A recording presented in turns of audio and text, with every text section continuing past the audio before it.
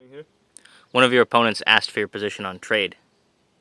Okay, this is the tweet that Jamie sent. Right.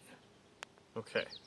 Um, Thanks for the question, Jamie. We saw your tweet about my positions on trade. Good question. I think to explain them really briefly, I kind of have to explain my concepts about taxation because my views on trade are sort of a natural outgrowth of that. I know that you have to have some taxes in order to fund a government. So the question I ask is, where can you apply those taxes that they're the least damaging to an economy? So there's basically three kinds of ways that you can tax. You can tax income, which is a tax on productivity. You can tax property, which is a tax on ownership, or you can tax sales. You can have a sales tax, which is a tax on consumption. I think taxing income is a bad idea because production is the last thing you want to discourage. It's what makes or breaks an economy.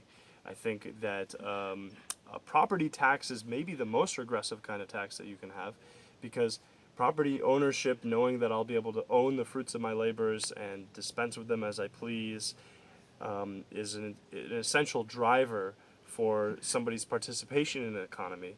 And when you make ownership a liability by imposing a big tax on ownership, you diminish that driver, you discourage that. So that leaves us with consumption.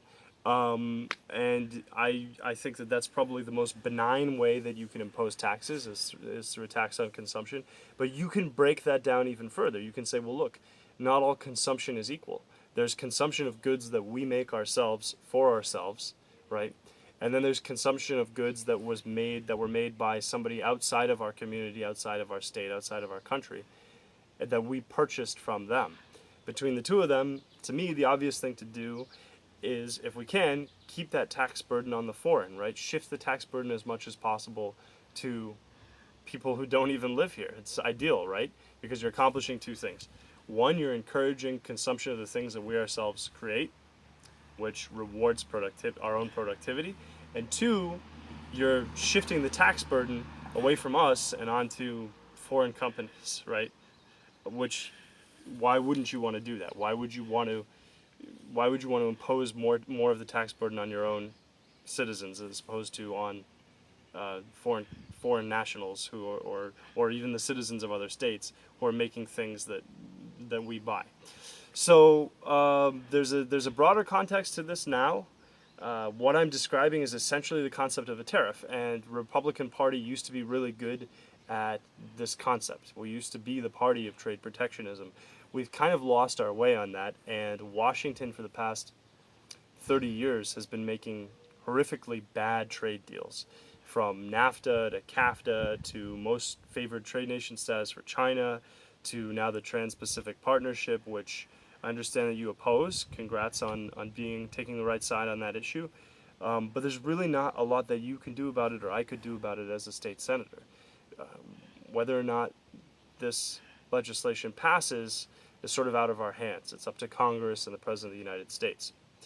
Vote for Trump, by the way, if you want to see this sort of thing. If you want to see a stop put to this sort of bad trade deal negotiation. What we can do here on Beacon Hill is we can compensate for what Washington's doing, and one of the ways that I propose doing that is a total sales tax exemption on anything that's made right here in the Bay State. So if you make it here and you sell it here, there's no tax on it. There are other ways that we can be dealing with this. There are other ways that we can be getting more competitive. Another thing that I think we really need to be doing is lowering or eliminating the state income tax, which makes our labor more competitive with, for example, laborers right next door in New Hampshire, where they don't have a state income tax and where actually the cost of living is lower.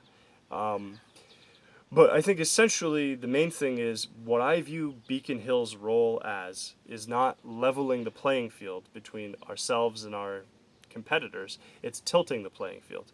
Beacon Hill should be tilting the playing field as much as they can in our favor, helping us cheat so that we always win. So that's my answer. Looking forward to getting your response. If you deign to give one, the ball is in your court, Jamie.